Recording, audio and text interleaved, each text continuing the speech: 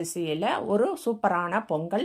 இது சூப்பராக இருக்கும், எல்லாருக்குமே இது பிடிக்கும். ஒரு முறை ட்ரை பண்ணுங்கள் கண்டிப்பாக. இது எப்படி செய்யணும் அப்படின்னா, முதல்ல ஒரு கப்பு வரகரிசி எடுத்துக்கோங்க. உங்களுக்கு எவ்வளோ தேவையோ அந்த அளவுக்கு எடுத்துக்கோங்க. நான் ஒரு கப்பு வரகரிசி எடுத்திருக்கேன். ஒரு அரை கப்பு பைத்தம்பருப்பு, அதாவது பாசிப்பருப்பு, ரெண்டையும் ஒன்றா சேர்த்து ஒரு குக்கரில் போட்டுக்கோங்க.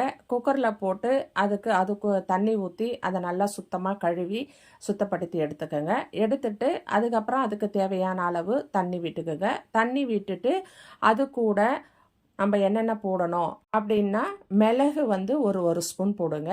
சீரகம் ஒரு அரை ஸ்பூன் போட்டுக்கோங்க. பெருங்காயம் தேவையான அளவு, உப்பு ஒரு ஸ்பூன் போட்டுக்கோங்க.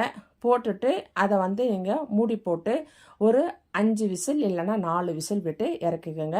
இறக்கி விசில் திறந்து பார்த்தீங்கன்னா ரொம்ப சூப்பராக சாஃப்டாக அது வெந்து மெத்துன்னு இருக்கும்.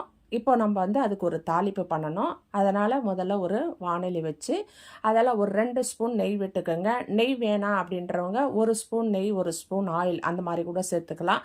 அந்த மாதிரி நெய்யோ எண்ணெயோ அந்த மாதிரி சேர்த்துக்கோங்க. சேர்த்துட்டு அதுக்கு நம்ம எப்பவும் தாளிக்கிற மாதிரி தான், பொங்கலில் நம்ம எப்படி தாளிக்கிறோமோ அதே மாதிரி 1 ஸ்பூன் சீரகம், 1 ஸ்பூன் மிளகு, கொஞ்சம் இஞ்சி துண்டுகள் கட் பண்ணியது அதையும் போடுங்க. போட்டுட்டு கொஞ்சம் பெருங்காயத்தூள், அதுக்கப்புறம் கருவேப்பிலை போட்டுட்டு அந்த நம்ம வேக வச்சு வச்சுருக்கோம் இல்லையா குக்கரில், அந்த வரகரிசி அதையும் சேர்த்து நல்லா கிண்டி கொடுங்க. ரொம்ப சாஃப்டாக, ரொம்ப மெத்துன்னு, ரொம்ப அதாவது பொங்கலை விட, நம்ம அரிசியில் செய்கிற பொங்கலை விட, பச்சரிசியில் செய்கிறோம் இல்லையா பொங்கல், அதை விட இது ரொம்ப மென்மையாக ரொம்ப சாஃப்டாக இருக்கும். அது அவ்வளோ சூப்பராக இருக்கும். நீங்கள் கண்டிப்பாக ஒரு முறை ட்ரை பண்ணி பாருங்கள். அது அவ்வளோ நல்லாயிருக்கும். அது மாதிரி நல்லா அதை கிண்டி கொடுத்து மேலே முந்திரி நீங்கள் வறுத்து போட்டு அதை கிளறி நீங்கள் எல்லாரும் வீட்டில் இருக்கிறவங்க அத்தனை பேரும் சாப்பிடுங்க.